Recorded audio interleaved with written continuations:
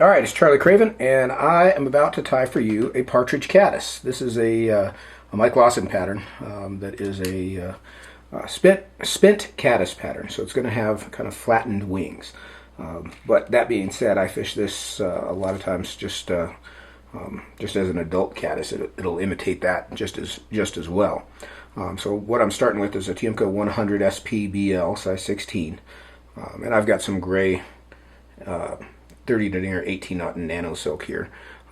You know, the exact color. You don't actually need Nanosilk for this. This just happened to be in my bobbin from the last fly, so there's nothing that we're going to tie particularly that needs a lot of thread strength here. But I'm going to start this thread a couple eye lengths back from the hook eye, and I'm going to wrap all the way back to the bend, and then I'll bring the thread about midpoint, and we're just going to dub a simple body, and we're going to use I'm going to use some Caddis Green Superfine, but obviously whatever color you like.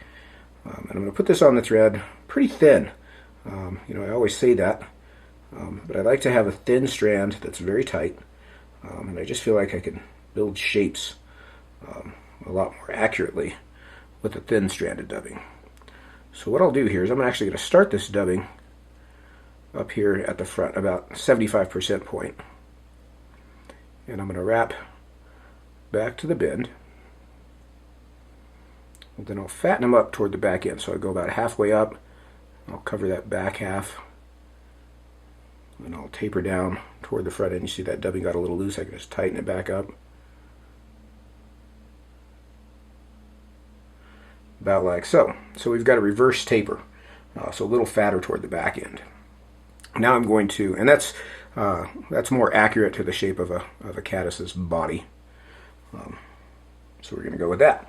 I made my thread base up to the hook eye and back again. And now for the wing, I'm going to use a couple of Hungarian partridge feathers, and these are sort of off the shoulder. They're kind of a little, give you the good side here, kind of mottled brown color.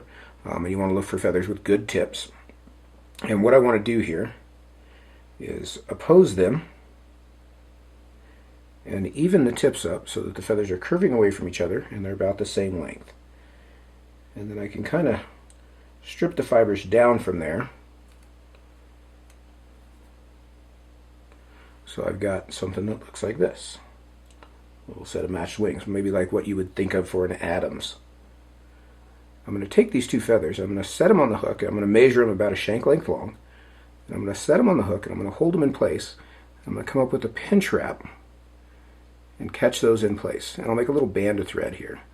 Now, one of the cool things that you can do, you can say I left those stems long, is I can use these stems to sort of adjust the base of the feathers and sort of mash them into position where they're flattened out. Here's a little better angle. Flattened out along the sides of the fly. If you've got them a little too long, you can also pull down on these. Mine are actually in pretty decent shape as far as the length goes.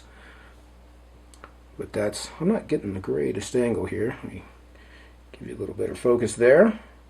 That's our top view. That's our bottom view. So you can see how those wings are sort of spread out. Once I've got those in place, I'll anchor them down and trim those butt ends out. And I'll tie in a Grizzly hackle, and I want this about, you know, appropriately sized for the hook. So a size 16 hook here. I'm going to use a size 16 feather as well. And I'm going to tie this in right up at the base of the wing. And then for the thorax, we're going to use just a little bit of Peacock Herl, and I like to use Peacock Herl from the eye. Sorry about that. I just realized that wasn't focused back in. So I'm going to take 2 or 3 strands from the eye. They don't have to be tiny ones, but they're usually the prettiest ones. And I'm going to tie these in by their tip ends, right up to the base of the wing. Bring my thread right up to the eye.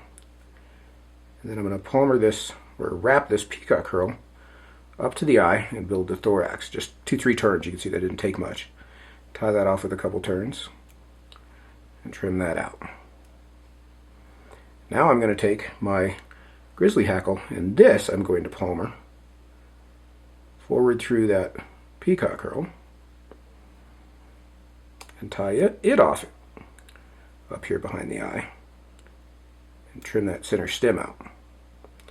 Just a few turns here to build a smooth thread head. Then I'll come in and whip finish.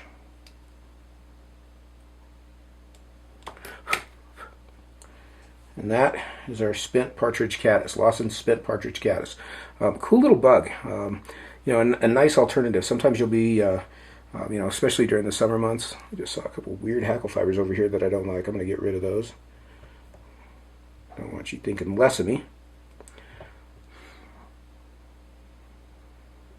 Those wings position. There we go. Kind of a cool little bug during the summer. You know, you'll be fishing, you know, standard elk or caddis, something like that. Maybe you get fish that are really keyed in on a caddis hatch, and they refuse that elk or caddis. So you got, you know, maybe a caddis fall where they're laying eggs, and you got spit caddis on the water, or you just need something a little more imitative. And this is a good fly to go to in those situations. It's not as buoyant as an elk or caddis, so it's not a great searching pattern as far as just covering a lot of water. Although it does have a nice hackle collar. This is a nice flat water fly. You got a fish tucked up under a bush kind of thing, and he's just being a jerk. This is a good fly to throw at him. One thing that you can do, and I usually leave them as they sit right here, but if you're fishing and you feel like you need it to sit lower on the water, you can take this hackle on the bottom and trim it off so that you've got a fly that sits a little bit more flush on the water. So it'll sit a little bit more flat. Some guys like to trim the hackle off the top too, but I find that makes the fly a lot harder to see. So that's sort of how it ends up on the end of my line. If I need it to sit lower, I leave that hackle on top. Gives me a little something to look for. But that's the spent Partridge Caddis. Hope you enjoyed that one. We've got more coming, so come back soon. We'll have another video up before long. Thanks for watching. Take care.